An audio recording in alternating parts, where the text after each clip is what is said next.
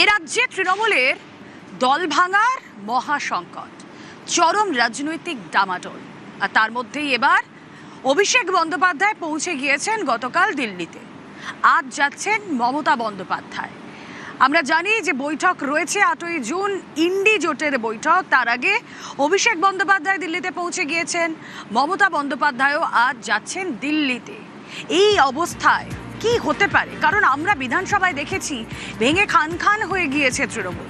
এবার কি সংসদের নিম্নকক্ষে লোকসভায় একই ছাপ পড়তে পারে? তার আগে যে বৈঠক রয়েছে ইন্ডি জোটের যে বৈঠক, তার জন্য অভিষেক বন্দ্যোপাধ্যায় যাচ্ছেন মমতা বন্দ্যোপাধ্যায়। কি হতে পারে, সম্ভাবনা কি জানবো। প্রতিনিধি মৈত্রেয়ী ভট্টাচার্য রয়েছেন সঙ্গে। মৈত্রেয়ী, দেখো রুমেলা, এখনো পর্যন্ত যেটা জানা যাচ্ছে যে আগামীকালের যে ইন্ডিয়া জোটের যে বৈঠক রয়েছে সেই বৈঠকে মূলত আগামী দিনে বিরোধীদের কি অবস্থান হবে এবং কিভাবে বিরোধী লড়াই এককাট্টা রাখা যাবে সেই বিষয় নিয়েই কিন্তু বিস্তারিত আলোচনা হবে। মোট 16টি বিরোধী দল তাদের যোগ দেওয়ার কথা। ইতিমধ্যেই ডিএমকে তরফ থেকে জানিয়ে দেওয়া হয়েছে যে তারা কংগ্রেসের সঙ্গে তারা নেই এবং এই ইন্ডিয়া অ্যালায়েন্সেও তারা নেই, সেটাও তারা স্পষ্ট করে দিয়েছে। ফলে ডিএমকে ছাড়া বাকি সমস্ত বিরোধী দল আগামীকাল কনস্টিটিউশন ক্লাবে দিল্লিতে বৈঠকে বসতে চলেছে 2029-এর কথা মূলত মাথায় রেখে যে কি হবে তাদের স্ট্র্যাটেজি। এর আগে 2024-এর নির্বাচনের আগে এটা চেষ্টা করা হয়েছিল যে বিজেপির বিরুদ্ধে যখন বিভিন্ন রাজ্যে লড়াই করা হবে সেখানে বিরোধী মুখ একজনই যেন থাকে বা একটি রাজনৈতিক দলই যেন বিরোধী মুখ হিসেবে থাকে। সেই তত্ত্ব সেই সময় এস্টাবলিশ করা যায়নি এবং সেক্ষেত্রে দাঁড়িয়ে দেখা গিয়েছে বিভিন্ন রাজ্যে গিয়ে বিরোধীদের মধ্যেও কিন্তু একাধিক লড়াই হয়েছে, বিরোধীদের নিজেদের মধ্যেও লড়াই হয়েছে, বিরোধী পক্ষে যারা রয়েছে।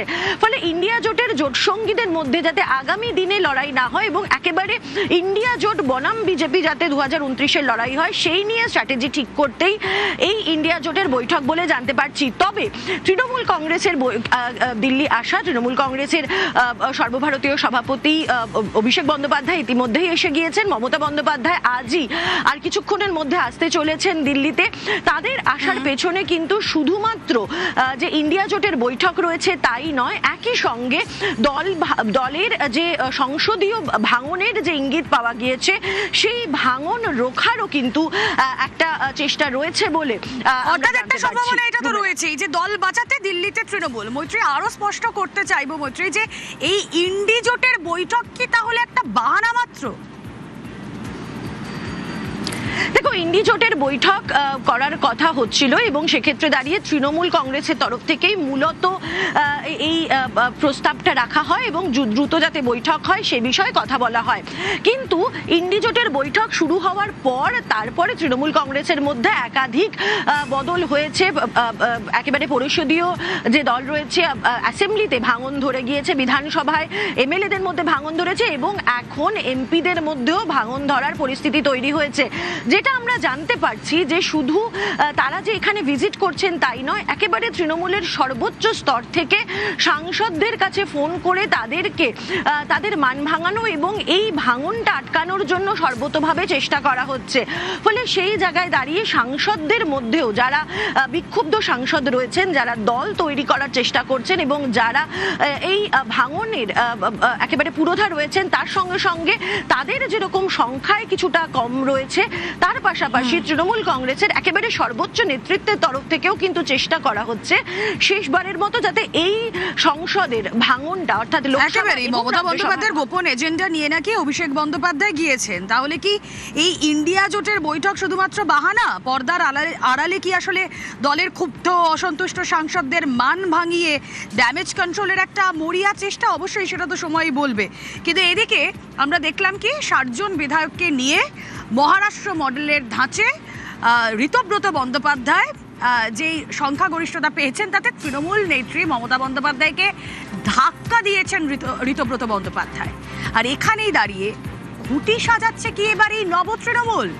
এবার কি লোকসভায় সংসদীয় ক্ষেত্রেও সেই ধাক্কাটা তারা দিতে চলেছেন? আবির রয়েছেন সঙ্গে। আবির, দেখো, যদি বৈঠক করার হতো, মান ভাঙানোর চেষ্টা করার দরকার পড়তো, তাহলে কলকাতাতে যখন কালীঘাটে বিভিন্ন বৈঠকগুলি হচ্ছিল সেই সময় ডেকে বৈঠক করতে পারতেন। যদিও সেই বৈঠক করা হয়নি। এবং সেই বৈঠক আগেও যেগুলোতে হয়ে গেছে দেখতে পাওয়া গেছে একদম কাউন্সিলর থেকে শুরু করে বিধায়ক, সাংসদরা তারা কেউ সেই অর্থে উপস্থিত থাকতে পারছেন না। দ্বিতীয়ত, দুদিন আগে তৃণমূল কংগ্রেসের যে জাতীয় কর্মসমিতির বৈঠক হলো, সেখানে যে নাম ঘোষণা করা হয়েছে দায়িত্বপ্রাপ্তদের মধ্যে, সেখানেও দেখতে পাওয়া গিয়েছে যে একাধিক সাংসদদের সেই কমিটি নিয়ে যেমন তারা প্রকাশ্যে না বললেও তাদের আপত্তির কথা বলেছেন। দ্বিতীয়ত, বিভিন্ন সাংসদকে এই কমিটিগুলোতে আনার ক্ষেত্রে, তার কারণ অনেক গুরুত্বপূর্ণ সাংসদ রয়েছেন, বর্ষিয়ান সাংসদরা রয়েছেন, তাদের কাউকে আনতে পারা যায়নি। তৃতীয়ত হচ্ছে, এটা ঠিক যে তৃণমূল কংগ্রেসের অন্দরে তারা যখন ক্ষমতাতেও ছিল রাজ্যে, তখনও দেখতে পাওয়া গিয়েছে যে এই সাংসদদের মধ্যে যারা ছিলেন, এই সাংসদদের মধ্যে একটা বড় অংশ তারা কি ছিলেন, তারা ছিলেন হচ্ছে বিভিন্ন লবির তারা ছিলেন, অর্থাৎ তাদের নিজেদের মধ্যে বহুদিন ধরে একটা গোষ্ঠী তৈরি হয়ে থাকতো। এই মুহূর্তে দাঁড়িয়ে তারা বুঝতে পারছেন যে তারা নব তৃণমূলের ক্ষেত্রে তাদের অত্যন্ত বেশি সুবিধা তৈরি হবে, এবং সে কারণেই তাদের তরফ থেকে যে আলাদা আলাদা ব্লক তৈরি করার চেষ্টা করা হচ্ছে, সেটারই একটি প্রমাণ দিল্লিতে দেখা যেতে পারে। ফলে আজকে মমতা বন্দ্যোপাধ্যায় পৌঁছাচ্ছেন, গতকাল অভিষেক বন্দ্যোপাধ্যায়কে সেখানে পাঠানো হয়েছে, কিন্তু এখনো পর্যন্ত সে অর্থে সাংসদ যারা রয়েছেন তাদের তৎপরতা, আগের মতো দেখা করতে যাওয়া, একসঙ্গে বৈঠক করা, এর কোনো কিছুই লক্ষ্য করতে পারা যায়নি। ফলে সব মিলিয়ে যে বিরোধী ব্লক যেটা তৈরি হচ্ছে তৃণমূল কংগ্রেসের অন্দরেই, যেটা ইতিমধ্যেই বিধানসভাতে তারা তৈরি করে দেখে দিয়েছেন, একই রকম সম্ভাবনার জায়গা ইতিমধ্যে সংসদের মধ্যে শুরু হয়েছে। এখন দেখার হচ্ছে যারা বিরোধী ব্লক তৈরি করছেন সেক্ষেত্রে তারা কাকে নেতৃত্বে তারা সামনে কাকে খাড়া করেন। দ্বিতীয়ত, বিজেপি শিবিরের তরফ থেকে যে ধরনের বার্তা দেওয়া হচ্ছে, তাতে মনে করা হচ্ছে যে সরাসরি হয়তো একযোগে অনেকের সেখানে যাওয়ার সম্ভাবনা কম, এবং দ্বিতীয়ত তারা নেবেন কিনা একযোগে সবাইকে, সেটার একটা প্রশ্ন। ফলে যারা বিক্ষুব্ধ, যারা দীর্ঘদিন লোকসভার অধ্যক্ষকেই কোনোভাবে চিঠি দিতে পারে এই নবতৃণমূল, কোনো সম্ভাবনা? প্রথমত হচ্ছে, যদি একসঙ্গে অনেকজন যারা বেরিয়ে যেতে চান, তারা যাতে দল ত্যাগ বিরোধী আইনের মধ্যে যাতে না পড়েন, সে কারণে অবশ্যই তারা চাইবেন হচ্ছে লোকসভা স্পিকারকে চিঠি দিতে, এবং লোকসভাতে কি হচ্ছে তা দেখে রাজ্যসভার যারা রয়েছেন তারাও সেই দিকে এগোতে পারেন। তেমনি একটা ইঙ্গিত রাজ্যসভার একাধিক সাংসদদের সঙ্গে কথা বলেও মিলেছে। একেবারেই রাজ্যসভার বর্ষিয়ান সাংসদ সুখেন্দু শেখর রায় তৎপরতা যে তুঙ্গে, তারও একটা স্পষ্ট ইঙ্গিত দিয়েছেন তিনি।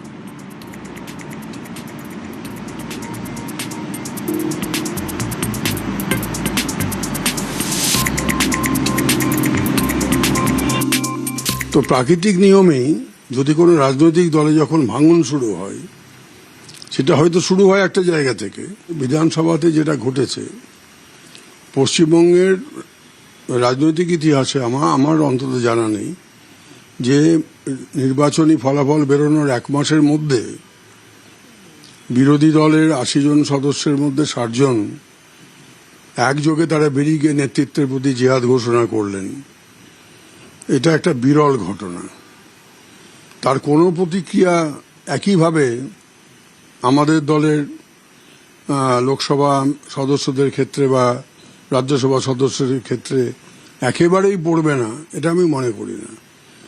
আমি তো প্রথম দিনই বলেছি যে দলের ভবিষ্যৎ কি, আমি দলের কোনো ভবিষ্যৎ নেই, এ দল টিকবে না। আমার সঙ্গে দু একজন সাংসদের কথাও হয়েছে, তারাও বলছেন যে ওরা মোটামুটি প্রস্তুত, খুব শীঘ্রই হয়তো একটা কিছু ঘটতে চলেছে লোকসভার ক্ষেত্রে। তো লোকসভার ক্ষেত্রে যদি ঘটে, তারপর রাজ্যসভাতেও ঘটবে।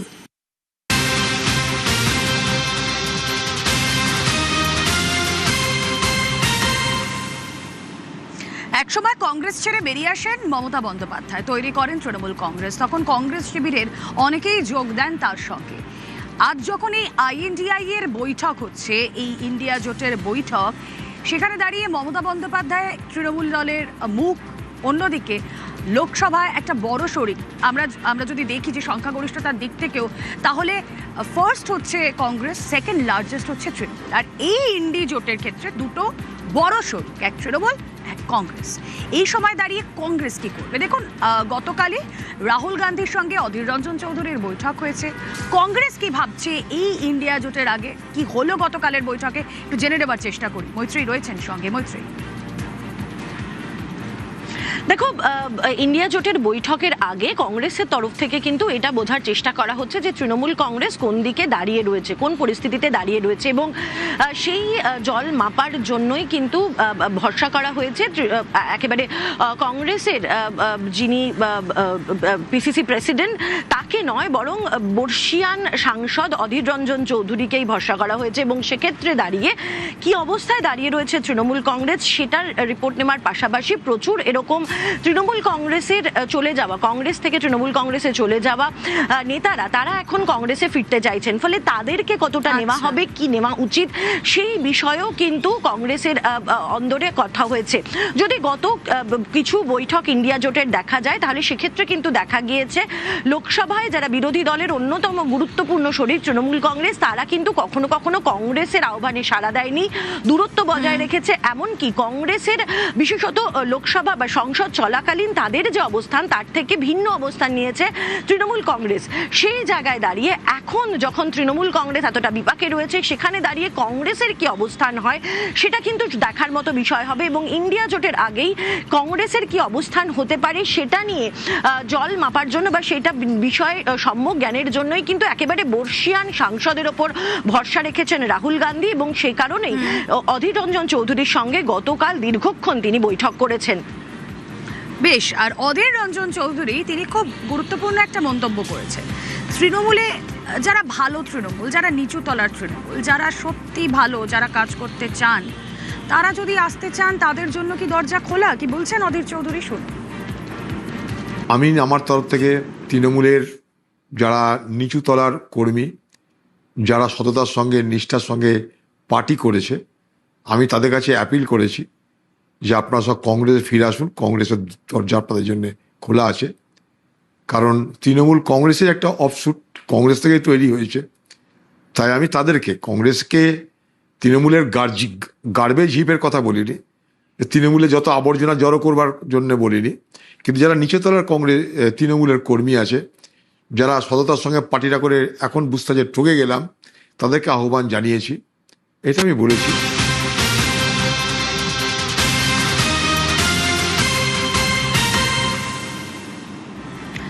দিল্লিতে তাপমাত্রার পারদ চড়ছে, আর আগামীকাল দিল্লিতে যে এই রাজনৈতিকভাবে দিল্লি সরগরম থাকবে সেটা বলার অপেক্ষা রাখে না। আগামীকাল ইন্ডি জোটের বৈঠক, কংগ্রেসের তরফ থেকে যে বক্তব্য আমরা শুনলাম অধীর রঞ্জন চৌধুরীর, এরপর অনেকগুলো সম্ভাবনার দরজাও কিন্তু খুলে যাচ্ছে। সরাসরি চলে যাই, সহকর্মী কৌশিক দাশগুপ্ত রয়েছেন নিউজরুম থেকে। কৌশিক, এবঙ্গে কি আবারও তৃণমূল আর কংগ্রেসের জোট হওয়ার কোনো সম্ভাবনা থাকছে? তাহলে রাজনীতি হচ্ছে সম্ভাবনার খেলা, ফলে কোনো সম্ভাবনাই উড়িয়ে দেওয়া যায় না। তবে বিশেষ গত কয়েকদিনে এবং গতকাল এবং আগামী দিনে যেটা হতে চলেছে সেটার দিকে কিন্তু সবার নজর রয়েছে। গতকালের যেই মিটিংটা হলো রাহুল গান্ধী আর অধীর চৌধুরী, সেইটা কিন্তু অত্যন্ত তাৎপর্যপূর্ণ। কংগ্রেস এখন জল মাপছে যে কী হচ্ছে পশ্চিমবঙ্গে। কংগ্রেস হাইকমান্ড রাহুল গান্ধী সেটা বোঝার চেষ্টা করছেন। সেটা বোঝার জন্য দেখো কাকে ডাকলেন, অধীর চৌধুরীকে। অধীর চৌধুরীকে মানে প্রদেশ কংগ্রেস সভাপতিকে থেকে কিন্তু তিনি ডেকে কথা বলেননি, ডাকলেন হচ্ছেন অধীর চৌধুরীকে, যিনি কংগ্রেস ওয়ার্কিং কমিটির সদস্য এবং দীর্ঘদিনের সাংসদ ছিলেন। হ্যাঁ, দীর্ঘদিন ধরে দিল্লির রাজনীতি করেছেন, আমাদের এখানেও ছিলেন। এবং তার সম্পর্কে যেটা বলা হয় যে তৃণমূলের আমলে মমতার বিরোধিতার মুখ ছিলেন এ রাজ্যে অধীর চৌধুরী। এইটা বারবারই কংগ্রেসের অন্দর থেকেই বলা হয়েছে যে এ রাজ্যে কংগ্রেস তৃণমূলের বিরুদ্ধে যতটা গরম, কংগ্রেস হাইকমান্ড যেন তৃণমূলের প্রতি কিছুটা নরম। এবং কংগ্রেসের শীর্ষ নেতৃত্বেরও অনেকে মনে করতেন যে অধীর চৌধুরীর এতটা বিরোধিতা না করলেও তিনি পারেন, কারণ জাতীয় রাজনীতিরও একটা অঙ্ক আছে, যেটা কখনোই অধীর চৌধুরী মানতে চাননি।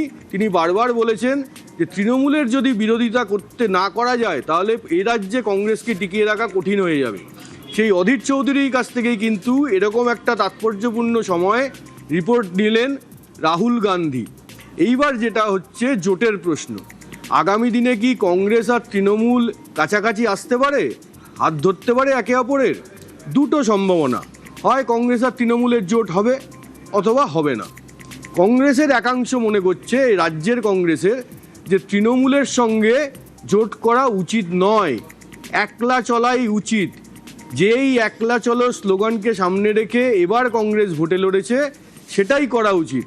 এবং সেটা করে এবার ফলও মিলেছে, অন্তত সিপিএমের থেকে কংগ্রেস বেশি আসন পেয়েছে, তুলনায় তারা ভালো ফল করেছে। সুতরাং একলা চলোর লাইন থেকে সরে যাওয়া ঠিক হবে না। তারা এও বলছেন যে তৃণমূলের বিরুদ্ধে এখন ক্ষোভের পাহাড়, এই তৃণমূলের সঙ্গে জোট বাঁধা মানে তার আঁচ কংগ্রেসের ওপর গিয়েও পড়বে। কেন সেই কংগ্রেস সেই দায় নিতে যাবে? এটা হচ্ছে একাংশের যুক্তি। আর যারা বলছেন যে তৃণমূলের সঙ্গে জোট করা উচিত, একটা সমঝোতায় যাওয়া উচিত, এটাই সেটার মোক্ষম সময়, তারা কি যুক্তি দিচ্ছেন? তারা বলছেন তৃণমূল এখন ব্যাকফুটে, ফলে কংগ্রেস যদি এখন আসন সমঝোতা নিয়ে তৃণমূলের সঙ্গে বসে আগামী কোনো ভোটের মুখে, তাহলে দর কষাকষিতে কংগ্রেস অ্যাডভান্টেজ পজিশনে থাকবে। এবং শুধু তাই নয়, তারা এও মনে করিয়ে দিচ্ছেন যে মুসলিম ভোট ব্যাংক, যেটা একটা বড় ফ্যাক্টর এ রাজ্যের ভোটের অঙ্কে, সেই মুসলিম ভোট ব্যাংকের একটা বড় অংশ কংগ্রেস পেতে পারে। যদি কংগ্রেস আর তৃণমূল একসঙ্গে জোট বাঁধে, তাহলে সেই জোটটা পেতে পারে। এবং এখানে বিশেষভাবে তাৎপর্যপূর্ণ বিষয় হচ্ছে যে গতকালই তৃণমূলের সংখ্যালঘু সেলের যিনি সম্পাদক, তিনি কিন্তু প্রেস কনফারেন্স করে জানিয়ে দিয়েছেন তিনি আর তৃণমূলে থাকছেন না, পদত্যাগ করেছেন।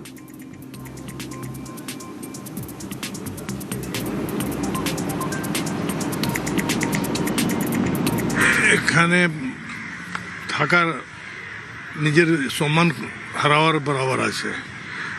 এ পার্টিতে কোনো কাজ করা ছিল না, কোনো কাজের সুযোগ দেওয়া যেত না। এখানে মাইনরিটিকে, মুসলিম সমাজকে শুধু ইউজ হতো।